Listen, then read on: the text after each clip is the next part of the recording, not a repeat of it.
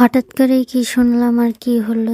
Hello everyone, আসসালামু আলাইকুম। সকলে কেমন আছো? আশা করি অনেক ভালো আছো। তো আমরা আলহামদুলিল্লাহ অনেকটাই ভালো আছি। তো কেন বললাম যে কি শুনলাম আর কি হলো, তো সেটাই শেয়ার করি চলো। আজকে সকালবেলা হঠাৎই শুনি আমাদের এলাকায় নাকি সার্কাস দেখানো হবে। তো সবাই বলছিল সার্কাস দেখানো হবে, আর সচরাচর সার্কাস এলাকায় দেখা যায় না, গ্রাম অঞ্চলে তো দেখাই যায় না। তো তাই সব আমার বিচ্ছু বাহিনী সবাই মিলে বায়না করছিল যে তাহলে দেখে আসি। আর সার্কাসটা হবে নাকি বিকাল থেকে, কিন্তু আমি জানতাম না, ঘুমিয়ে পড়েছিলাম। ঘুম থেকে উঠে প্রায় সন্ধ্যা লেগে গেছে। তখন সবাই বলছিল চলো যাই, তাই সবাই মিলে রেডি সেডি হয়ে বেরিয়ে পড়লাম সার্কাস দেখার উদ্দেশ্যে। আর এদিকে আস্তে আস্তেই সন্ধ্যা হয়ে গেছিল, আজান দিয়ে দিবে এমন ভাব। তাই ভাবলাম একটু নানিদের বাড়িতে যাই। পাশে আমার নানির বাড়ির, এটা হয়েছিল আমাদের পাকার মাথার ওখানে। তো রেডি সেডি হয়ে যাওয়ার পর নানিদের বাড়ির ওখানে গেলাম। যাওয়ার পর কিছুক্ষণ সবার সাথে দেখা সাক্ষাৎ করে ঘুরে ফিরে আবার চলে আসলাম সেখানে, যেখানে এই সার্কাসটা নাকি দেখানো হবে সেখানে। তো এখানে এসে দেখি ও মা, সার্কাস তো নয়, এ যেন নাচের মেলা।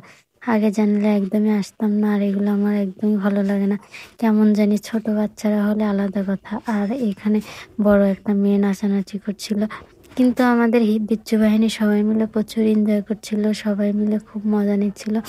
তো দুইটা ছেলে আর একটা মেয়ে আসছিল, মানে তাদের নাকি এটাই কাজ, সারাদিন নাচানাচি করে, যে যা দেয় সেটা দিয়ে তারা তাদের জীবন নির্বাহ করে এক কথায়। আর এখানে আসার পর দেখি প্রচুর মানুষ হয়েছে, এক কথায় হিচ্ছি পিচ্ছি, মেয়ে ছেলে অভাব নেই, অনেক মানুষ। আর গ্রাম অঞ্চলে এগুলো হলে তো মানুষ দেখার জন্য একদম পাগল হয়ে থাকে। কিন্তু আমি ভাবছিলাম হয়তো সার্কাস দেখাবে, এক কথায় সার্কাসে যেগুলা হয় ওইগুলা, মানে অনেক ধরনের সার্কাস বলতে যেগুলো বোঝায় সেইগুলো। কিন্তু এখানে আসার পর দেখি সার্কাসের নামে একদমই ভাওতাবাজি শুরু করেছে এরা। একদম কি সব নাচানাচি করছিল, আমার তো একটু লজ্জা লজ্জাই লাগছিল। তারপরেও কি করার, দেখতে যখন এসেছি তো দেখতে তো হবে। এদিকে আসার পর সেখানে লাইটের কোনো ব্যবস্থা ছিল না, একদমই হালকা একটা বাল্ব লাগানো ছিল। দিনের বেলা হলে অনেক ভালো বোঝা যেত, কিন্তু এখানে রাত হয়ে গেছে তাই ভালো বোঝাও যাচ্ছিল না।